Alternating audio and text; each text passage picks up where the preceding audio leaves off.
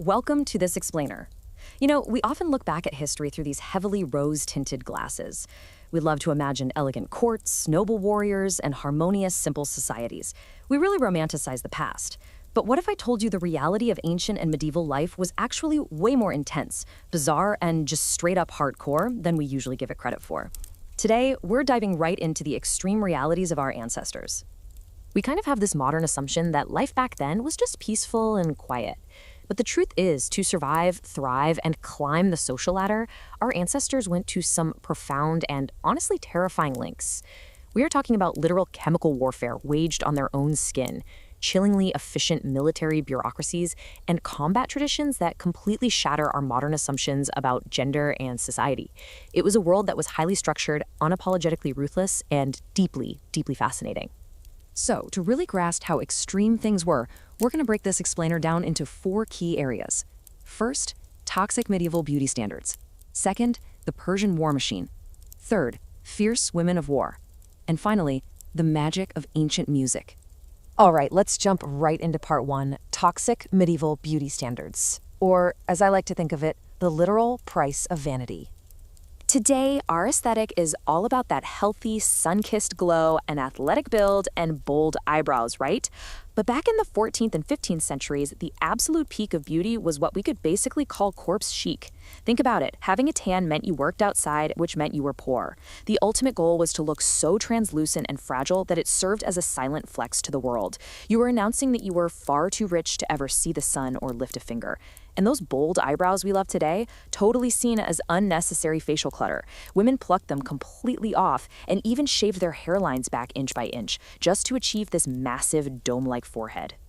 And to pull off this high-definition, flawless look, the nobility committed to a really slow, decorative form of chemical warfare on themselves. Nature just wasn't enough. They relied on white lead powder mixed with vinegar to get that beautiful matte finish. The catch?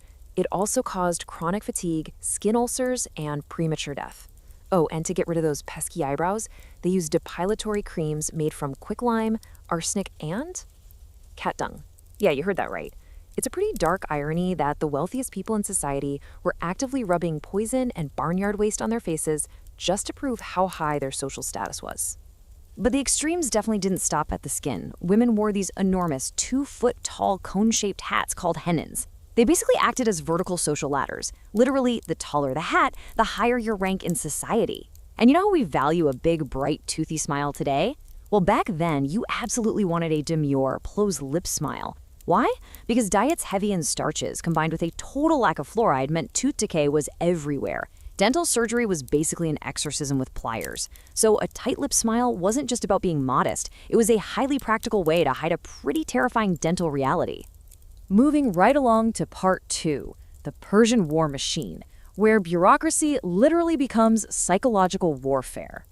10,000. That single number represents the Persian immortals, the elite guard of the Achaemenid Empire.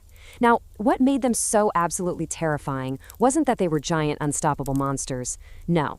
It was the sheer psychological terror of facing an army whose numbers never, ever wavered from exactly 10,000 men. To the Greeks staring them down, this felt entirely unnatural, like this Persian vanguard simply could not die. But here's the thing.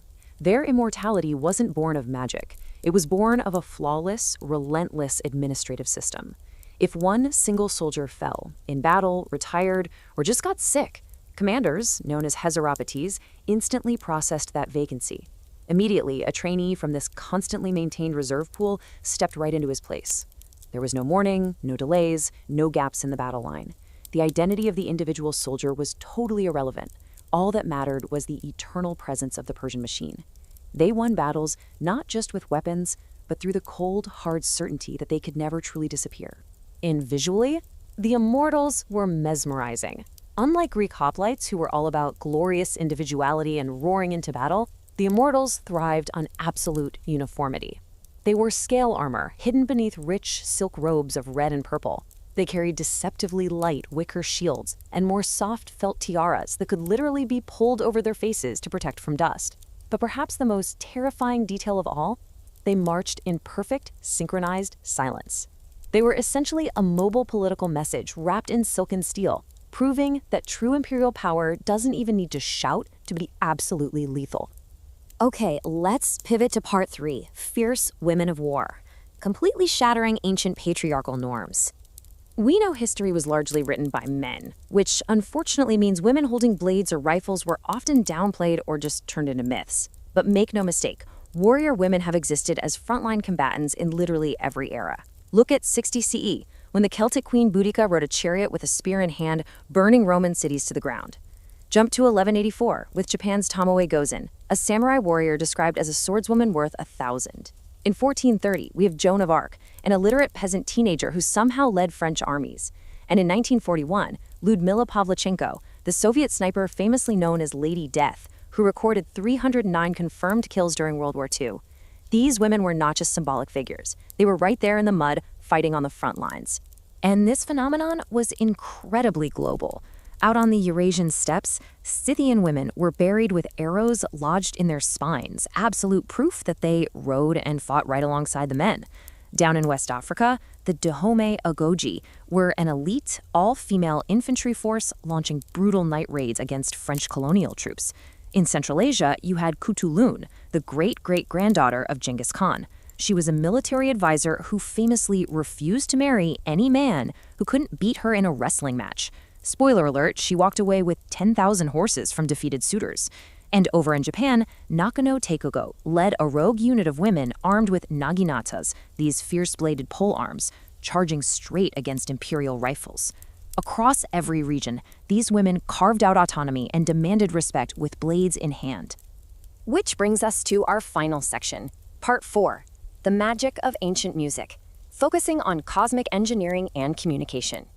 In the ancient world, instruments were basically viewed as sacred technologies. In Mesopotamia, the golden lyre was used to mourn and physically guide souls into the afterlife. Over in Greece, the alos, this blaring double reed pipe, was the intense soundtrack to warfare and frantic trance-like rituals. High up in the Andes Mountains, breathy siku panpipes were played in these intricate interlocking melodies just to call for rain and bless the harvests. And in Mesoamerica, the massive huehuetl drum provided the literal heartbeat during sacrifices, activating the ritual and feeding the gods. For our ancestors, music wasn't just meant to entertain you while you ate dinner. It was a tool meant to actively transform reality. Ancient China gives us a fascinating look at just how deeply music was tied to philosophy.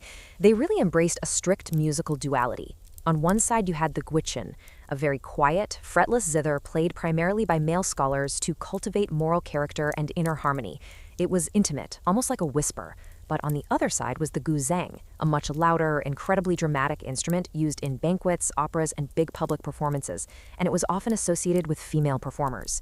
To the ancient Chinese, learning to play these instruments wasn't just about mastering a few notes. It was the literal path to becoming a civilized human being. And we can't forget about rhythm. Rhythm was essentially the original wireless network. In West Africa, hourglass-shaped talking drums were squeezed to perfectly mimic the tonal language of the people. This allowed drummers to send complex, detailed messages across vast distances way before any postal system existed. Meanwhile, in ancient India, music was seen as literal cosmic engineering. Vedic chants and the mind-bending mathematical rhythms of the tabla were specifically designed to align the human soul with divine forces, all rooted in the belief that the universe itself was created from the primordial vibration of Om. Sound was quite literally their primary way to touch the divine. So from smearing arsenic on our faces just for social status, to building eternal armies out of sheer cold bureaucracy, to fierce women completely shattering battle lines, to using drums to actually talk to the gods, it's clear our ancestors lived with a kind of extreme, unfiltered conviction. And it really makes you step back and wonder, as we sit here looking at their extreme realities today, how will history end up judging us? How will our modern obsessions with social media filters, drone warfare, and digital music be viewed by someone 1,000 years from now? It's definitely something to think about. Thank you so much for joining me on this explainer, and remember to always keep questioning the past.